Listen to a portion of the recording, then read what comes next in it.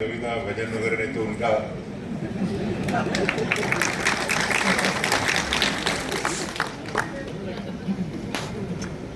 बाबा साहब का तो कार्य हर फील्ड में रहा है। आप जानते हैं, तो एजुकेशन रहे या इकोनॉमिक्स रहे, सोशियोलॉजी रहे,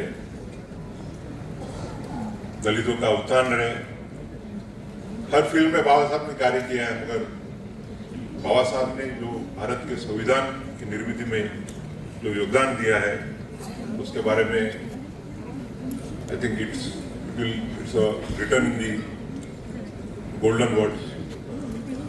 या पत्थर की जो लकीर है जो कभी मिटती नहीं, वैसे बाबा साहब का जो इस संविधान में निर्माण है वो पूरा राष्ट्र, पूरा विश्व कभी भूल नहीं पाएगा। आप सबको पता है कि बाबा साहब अम्बेडकर और महात्मा गांधी इनके विचार शुरू से ही अलग रहे। बाबा साहब अम्बेडकर जब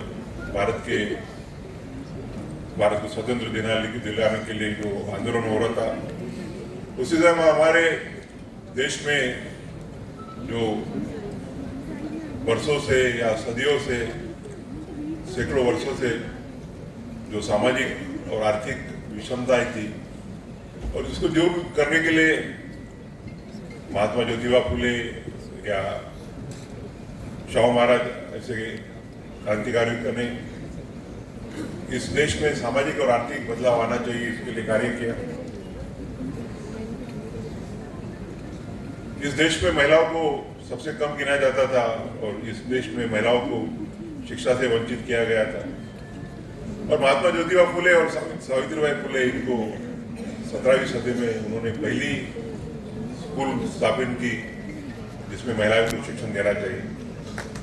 बाबा साहब हमेशा वो संत कबीर और महात्मा ज्योतिबा फुले इनको अपना गुरु मानते थे।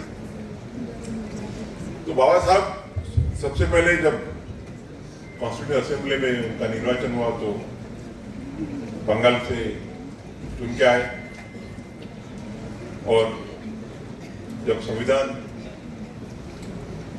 कॉन्स्टिट्यूंट असेंबली की जो पहली मीटिंग हुई वो 9 दिसंबर 1946 को हुई, और सभी मेंबर्स का शपथ ग्रहण होने के बाद में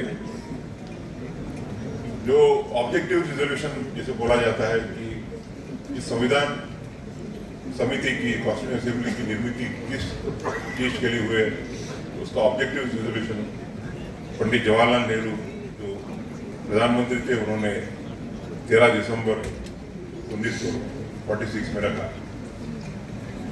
उसके बाद में तुरंत एक 3-4 दिन में राजेंद्र प्रसाद जी जो संविधान सभा के जो अध्यक्ष थे,